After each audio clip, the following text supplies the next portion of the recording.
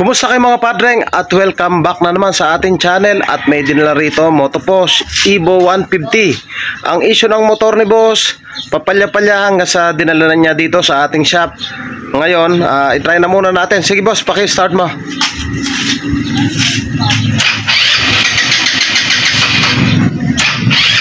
Okay na.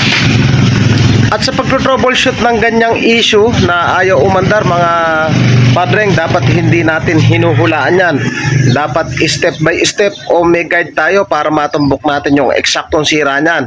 Ang una kong ginagawa dyan, syempre tatanggalin ko yung flarings para ma-expose natin yung kanyang spark plug, high tension wire. Ang unahin natin dyan kung may kuryenteng linalabas.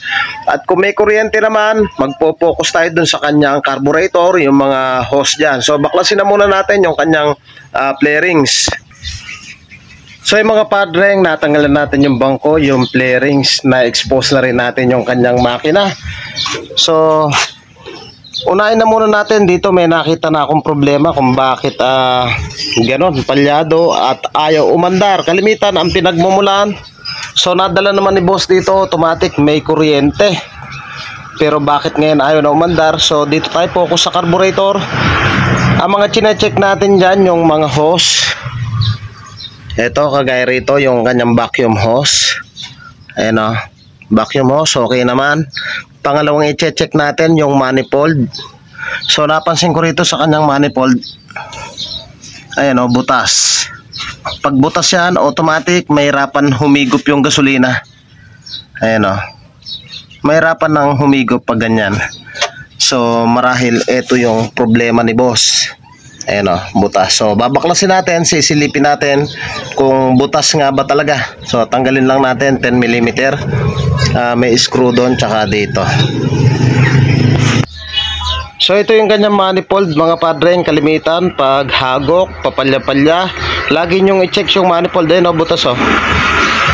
Ayan o, nakikita yung semento tumatagos dito sa loob. Ayan o, bakal siya. Ayan o, may crack. So sa tingin ko ito yung pinagmumulan nito.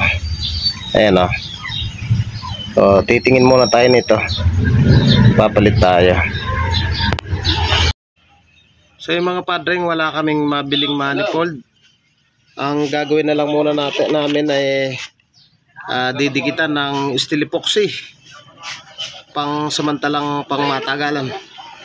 So dikitan na muna natin to.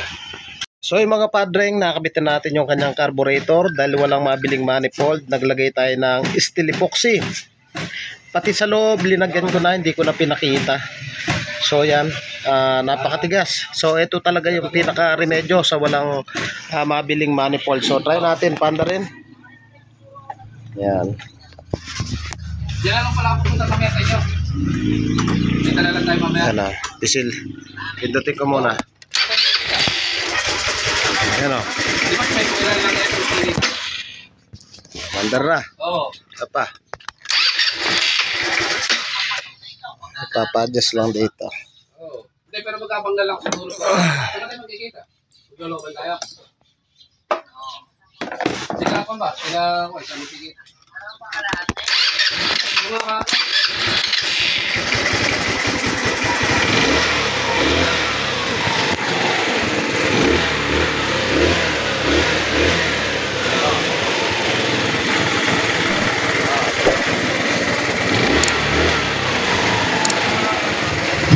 At ayun na nga mga padreng, good na yung motor ni boss. Mga padreng, kung nais yung magpagawa, tagbata lamang po kayo. Pwede po kayong sumadya dito sa ating shop. Dito lamang yan sa Pulo Hermosa, Bataan. Thank you po sa inyo. God bless at mabuhay po kayo.